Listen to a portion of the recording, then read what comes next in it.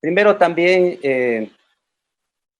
quisiéramos unirnos a lo que manifiesta la asambleísta May Montaño, de que nosotros en los próximos días debemos tener un pleno justamente para salvaguardar la institucionalidad de la asamblea y conocer todos los casos de corrupción en todas las instancias públicas que se ha escuchado con las últimas noticias. En todas las instancias, sin que nada quede, por supuesto, oculto. Sea así gobierno autónomo descentralizado, sea Asamblea Nacional, eh, sea ejecutivo, etc. Por otro lado, entrando en materia, quisiera reconocer al general Yandún de su vasta experiencia en la vida militar, al coronel César Carrión, por supuesto, injustamente perseguido, y la historia lo ha dicho, también con su vasta experiencia policial, perteneciente tanto de las Fuerzas Armadas como también a la Policía Nacional, las dos únicas instituciones encargadas de la seguridad, las dos únicas instituciones. La razón fundamental de la existencia de un Estado es mantener la seguridad de los ciudadanos. El contrato social se basa en que los ciudadanos sacrifiquemos una parte de nuestra libertad para que el Estado nos dé seguridad y precautele nuestra integridad. Y por eso que el Estado tiene el monopolio del uso de la seguridad. ¿Y de qué forma es que el Estado debe mantener nuestra seguridad? Y a través de las fuerzas de seguridad del Estado, como es la policía, como también las Fuerzas Armadas. Históricamente, el Estado ecuatoriano, así como la mayor parte de las naciones libres, le ha delegado estas funciones a las Fuerzas Armadas y a la Policía Nacional. Instituciones históricas, protagonistas de varios de los momentos más grandes de nuestra historia, en la defensa de nuestra identidad territorial y en el mantenimiento del orden diario y seguridad de los ciudadanos. Estas instituciones son pilar fundamental de la democracia y la garantía de funcionamiento de las instituciones del Estado. Y tanto es así que son las únicas fuerzas de orden constitucionalmente reconocidas en el artículo 158 de la Constitución de la República, que prescribe lo siguiente: las Fuerzas Armadas y la Policía Nacional son instituciones de protección de los derechos, libertades y garantías de los ciudadanos. Las Fuerzas Armadas tienen como misión fundamental la defensa de la soberanía y la integridad territorial. La protección interna y mantenimiento del orden público son funciones privativas del Estado y responsabilidad de la Policía Nacional. Las servidoras y servidores de las Fuerzas Armadas y la Policía Nacional se formarán bajo los fundamentos de la democracia y de los derechos humanos y respetarán la dignidad y los derechos de las personas sin discriminación alguna y con apego irrestricto al ordenamiento jurídico.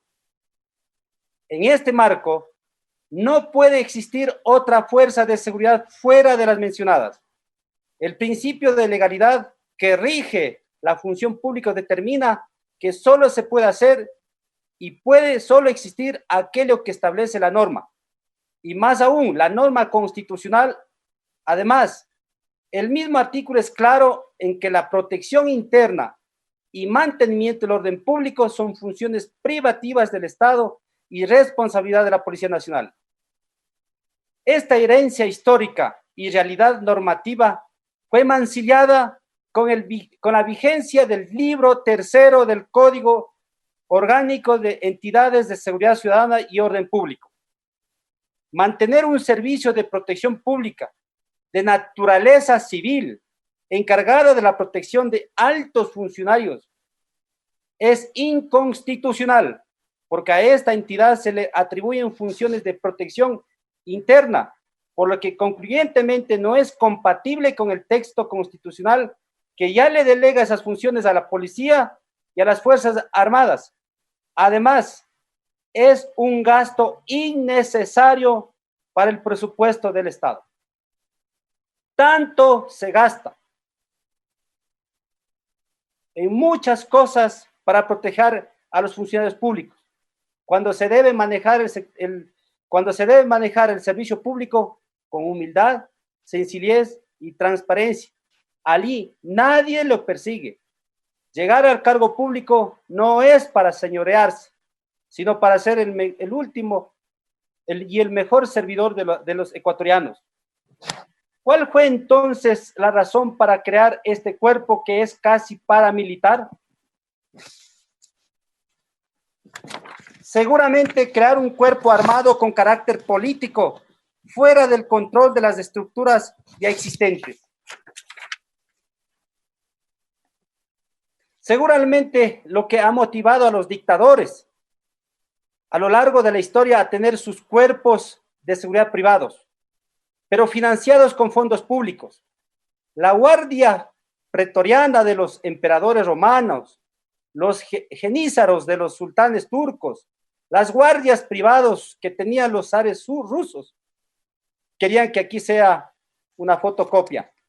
Nosotros confiamos en las Fuerzas Armadas, confiamos en la Policía Nacional, entidad profesional, técnica y capacitada para proteger a las más altas autoridades del Estado. ¿Cómo desconfiar de nuestra escolta legislativa o de los agentes que vigilan a los máximos dignatarios? Permitir un cuerpo paralelo como este es darle la espalda a la institucionalidad de la seguridad ciudadana y del Estado.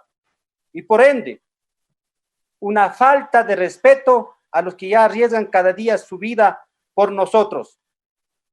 Es un momento histórico, pues desterremos otra de las creaciones del gobierno anterior, creaciones faraónicas de la década anterior, con influencia de las dictaduras de castrismos, chavismos, madurismos, ortiguismos.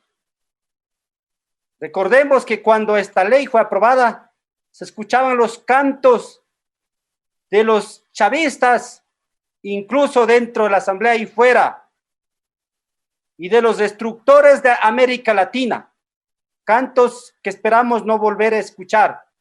Debemos solo cantar lo que es la democracia. Recuperemos en un paso más la democracia y la separación del poder político de la Fuerza Armada, aspecto fundamental para una vida en democracia.